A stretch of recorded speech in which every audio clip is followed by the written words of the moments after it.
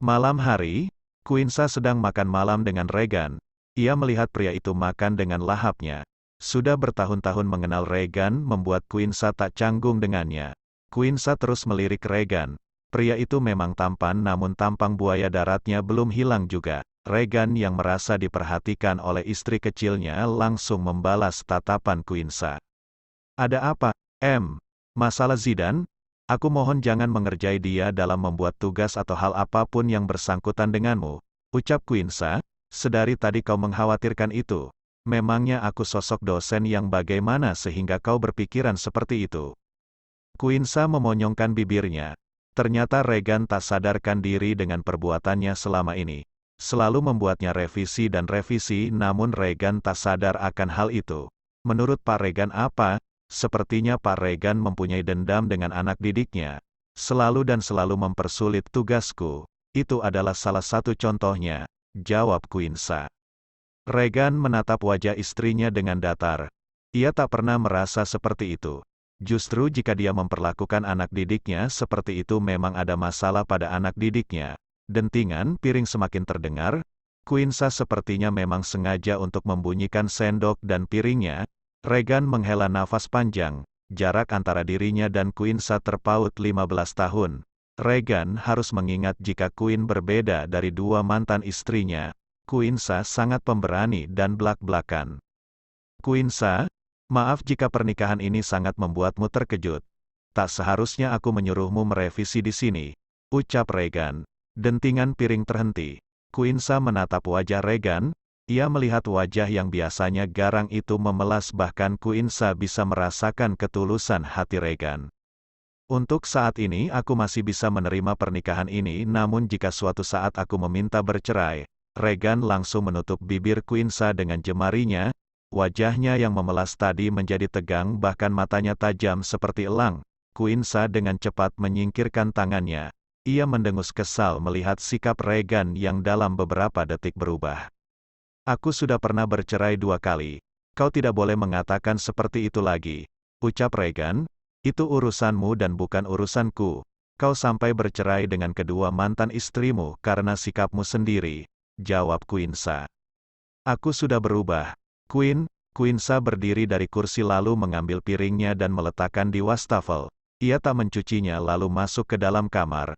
Regan menghela nafas panjang. Jika diingatkan pada masa lalu ia memang sangat malu dan menyesal. Kebodohannya bisa melemahkan kepercayaan perempuan yang ada di dekatnya. Tiba-tiba Quinsa keluar dari kamar. Satu lagi Pak Regan, pihak kampus tidak tahu jika kau sudah bercerai 2 kali bahkan salah satu mantan istrimu adalah rekan sesama dosen juga. Sewaktu-waktu aku bisa menyebarkan rumor itu dan membuat karirmu hancur jika berani bermacam-macam denganku, ucap Quinsa. Brak, Quinsa menutup pintunya dengan keras. Regan hanya menatapnya datar. Kenapa sikap Quinsa menjadi berubah? Apa karena Quinsa takut jika Regan membalas dendam pada Zidane? Regan tak pernah seperti itu pada anak didiknya. Seusai makan, Regan mencuci piringnya dan milik Quinsa juga. Setelah itu ia menuju ke dalam kamar dan melihat Quinsa memeluk guling dengan erat. Regan terduduk di pinggirnya. Ia terus saja menghela nafas berat. Aku tahu kau benci denganku namun kau tidak boleh membenci pernikahan ini. Kita mengenal sejak lama jadi kita sudah saling mengenal satu sama lain. Quinsa hanya diam. Dia memejam matanya dengan erat serta tangannya mulai mencengkeram perutnya. Quinsa, kau kenapa? Quinsa merintih kesakitan. Ia mulai membuka matanya dan meneteskan bulir-bulir air mata. Queen. Tangan Regan membelai rambut istrinya itu dan memperhatikan celana bocah itu yang memerah. Ya ampun, kau datang bulan, kenapa tidak bilang? Quinsa juga sangat terkejut. Dia menatap celananya yang sudah memerah. Betapa malunya dia.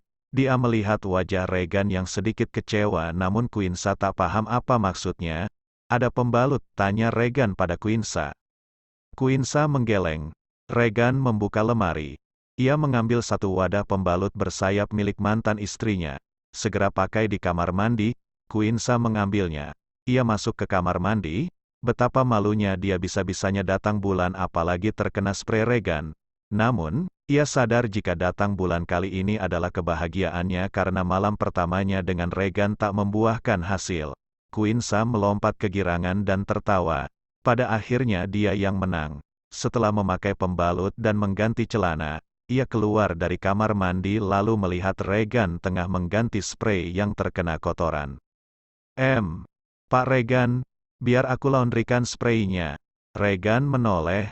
Tak usah. Oh iya, perutmu sakit, Quinsa mengangguk. Perutnya memang sakit sedari tadi, namun dia tak sadar jika tengah datang bulan. Biasanya minum apa jika datang bulan? Tanya Regan.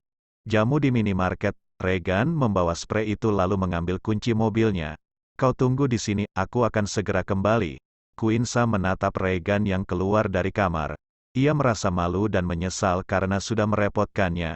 Quinsa merebahkan dirinya lagi di kasur empuk yang spraynya sudah terganti itu. Sungguh, dia terus kepikiran dengan Regan. Di sisi lain, Regan sudah ada di dalam mobil dan cepat menuju ke minimarket terdekat. Mempunyai istri yang masih bocah memang harus banyak bersabar. Sesampainya di minimarket, ia mengambil jamu yang dimaksud Quinsa. Dia mengambil 10 botol dan membeli pembalut sekalian untuk stok. Saat akan membayar, ia baru sadar jika sang kasir adalah mantan istri keduanya, yaitu Maya. Regan, untuk siapa semua ini? Tanya Maya. Maya, kau lulusan S2 malah menjadi kasir. Ku pikir kau jadi melamar menjadi dosen di universitas. Ucap Regan. Hidup memang penuh kejutan. Aku menjadi seorang kasir hanya malam hari saja. Gaji sebagai dosen masih sangat kurang untuk mencukupi anakku. Regan hanya terdiam. Dia lekas menyuruh Maya untuk mentotal belanjaannya lalu Regan segera membayar. Setelah itu Regan melangkah keluar dan masuk ke mobilnya.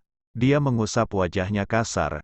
Bukannya Regan tak bertanggung jawab, namun anak dari mantan istrinya itu bukanlah anak Regan. Wajar saja jika Regan sangat acuh kepadanya. Sesampainya di rumah, Regan melihat beberapa anak didiknya yang sudah ada di teras rumahnya. Regan sangat terkejut sekali. Bagaimana jika mereka melihat Quinn? Regan turun dari mobilnya. Anak didiknya lekas mencium tangannya. Pak, katanya mau tanding futsal. Regan baru ingat akan hal itu. Dia berpikir sejenak. Tak mungkin dia meninggalkan Quinn yang sedang sakit perut. Maaf, sepertinya malam ini tidak bisa. Ada pekerjaan yang harus Bapak selesaikan. Mereka nampak kecewa. Baiklah, Pak, kami permisi dulu. Maaf ya, tak masalah. Pak, Regan tersenyum. Setelah mereka pulang dia masuk ke dalam rumah dan mendapati Quinsa tiduran di sofa. Quinn, perutku sakit banget, rintihnya.